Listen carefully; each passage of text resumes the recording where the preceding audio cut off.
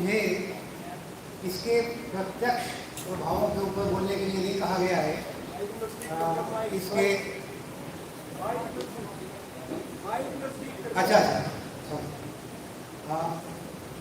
इसका प्रभाव रिटायर्ड लोगों पर क्या पड़ेगा और अल्पसंख्यकों के लिए जो छात्रवृत्तियां हैं वो इसके आने के बाद किस तरह से कम हुई हैं या बंद हुई हैं, इस विषय पर बात करने के लिए कहा गया है।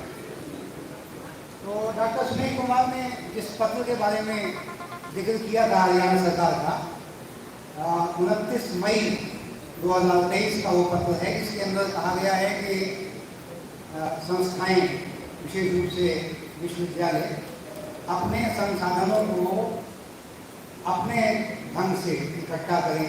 और उसमें उन्होंने बताया है किस तरह से पूर्व छात्रों से चंदा लिया जाए, जो ज़मीन है विश्वविद्यालयों के पास उसका कमर्शियल यूज किया जाए।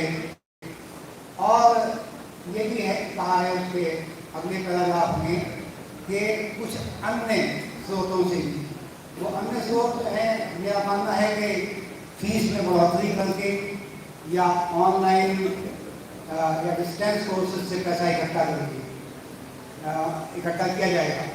तो सवाल ये है कि जब सरकार की तरफ से कोई फंड नहीं दिया जाएगा, किसी प्रकार की कोई सहायता नहीं दी जाएगी, तो मोटे तौर पर कॉलेज टीचर्स या यूनिवर्सिटी टीचर्स, उनकी तनख्वाहें काफ़ी 7वें वेतन आयोग के बाद काफ़ी अच्छी हो गई हैं। लगभग 60,000 से लेकर 2.5 लाख तक वो है।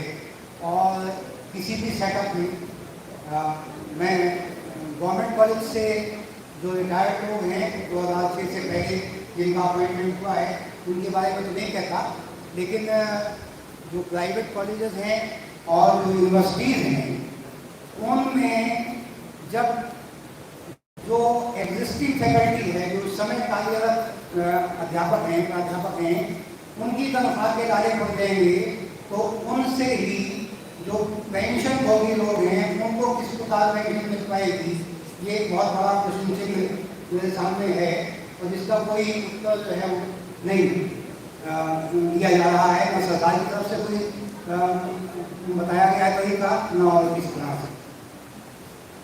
दूसरा विषय है माइनॉरिटीज़ के बारे में कि उनकी जो छात्रवृत्तियाँ हैं वो किस तरह से कम या बंद की गई हैं।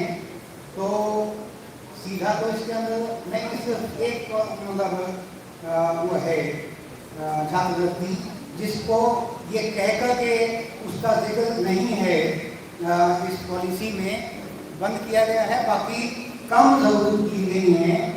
और उसमें मैं बताना चाहूँगा कि national commission of minorities act 1992 के अनुसार 6 धर्म ऐसे हैं जिनके अनुयायियों को अल्पसंख्यक माना गया है। उनमें है मुस्लिम्स, उनके बाद क्रिश्चियन, सिख, बौद्ध, जैन और पारसी। ये लगभग 20% है आबादी बनती है। इसमें सबसे ज़्यादा मुस्लिम 14.2% है, क्रिश्चियन ईसाई 2.3, सिख 1.7, बौद्ध 0.8%, जैन 6%, 4% और पारसी 0.06%। अब जो स्कॉलरशिप दी जाती हैं उनको 6-7 स्कॉलरशिप के का मैं नाम दूंगा। उनकी स्थिति इस प्रकार है। पहली है प्री मैट्रिक स्कॉलरशिप स्कीम। ये अल्पसंख्यक बच्चों को, चाहे वो किसी भी धर्म के क्यों ना हो, केवल मुस्लिम के लिए नहीं है, ये पहली से 8वीं जमात तक दी जाती थी और इसमें 1,000 रुपये से लेकर 10,700 रुपये तक दिए जाते थे। अब पिछले वर्ष से पहली क्लास से लेकर 8वीं क्लास तक इसको बंद कर दिया गया है। केवल 9वीं और 10वीं कक्षा के लिए ये अवेलेबल है। दूसरी है पोस्ट मैट्रिक स्कॉलरशिप। ये इसके अंदर 2300 रुपये से लेकर 15,000 रुपये तक की अनुदान राशि दी जाती है। और ये 11वीं से लेकर PhD तक जो एलिजिबल विद्यार्थी हैं तो कैप लगा हुआ है इसमें कि 2 लाख से ज़्यादा नहीं होनी चाहिए सालाना इनकम, तो ये अभी चल रही है। तीसरी है merit come means scholarship scheme. ये प्रोफेशनल या जो टेक्निकल लाइन के UG और PG विद्यार्थी हैं उनके लिए होती थी। इसमें 85 संस्थान निर्धारित किए गए थे।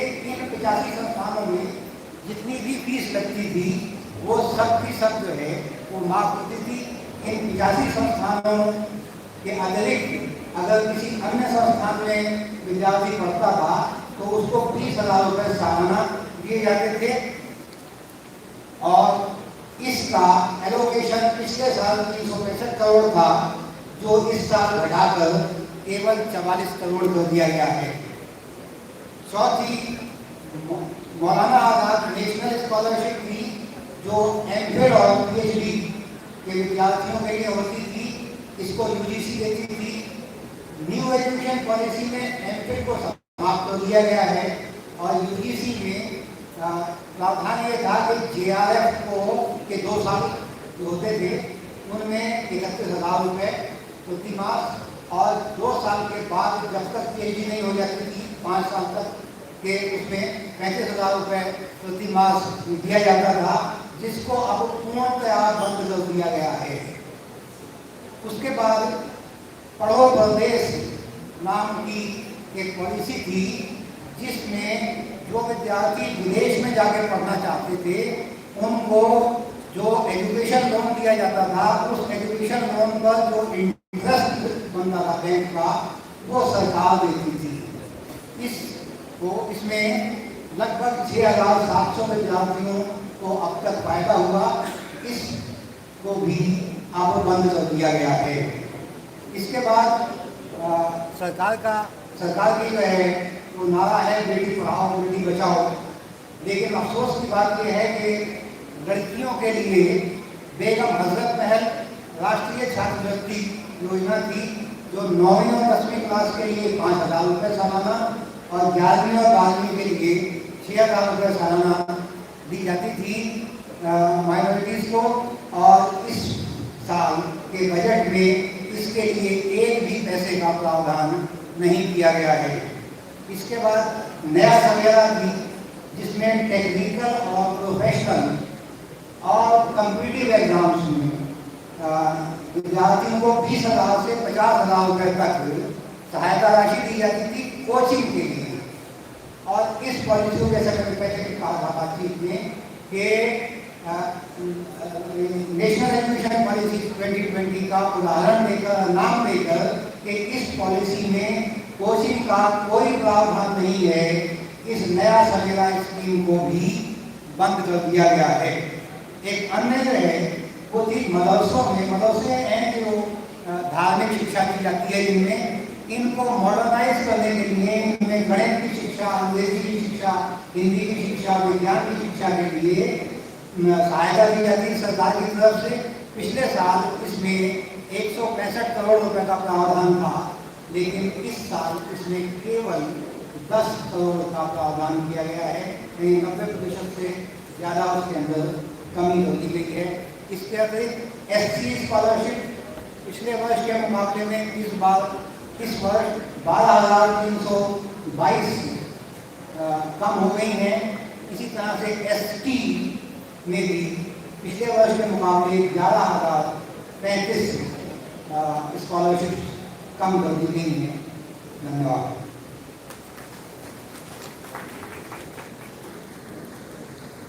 धन्यवाद डॉक्टर नकवी। ये 2006 में